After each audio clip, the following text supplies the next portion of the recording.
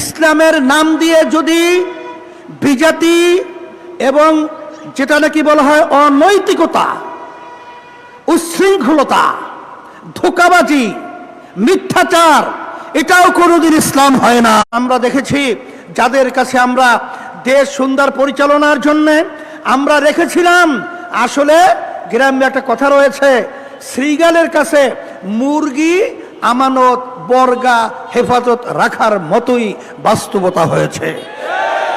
এদেশের কল্যাণ যদি আমরা চাই, এদেশের মুক্তি যদি আমরা চাই, আসেন আমরা ইসলামী নীতি আদর্শ নিয়ে যদি আমরা সামনে অগ্রসর হতে পারি। আর এটা বাস্তবায়নের জন্য সবচেয়ে বড় ভূমিকা পালন করবে আমার যুবকেরা। এই জন্য আমি যুবকদেরকে বলবো, আসো তোমরা আদর্শবান যুবক হও, তোমরা চরিত্রবান যুবক হও। যদি আজকে আদর্শবান এবং চরিত্রবান যুবক হতে পারো, সেদিন বেশি দেরি নয়, এই দেশের মধ্যে সর্বশ্রেণীর পেশার মানুষ দুনিয়াতে শান্তি এবং আখেরাতে মুক্তির পথ তারা দেখতে পাবে।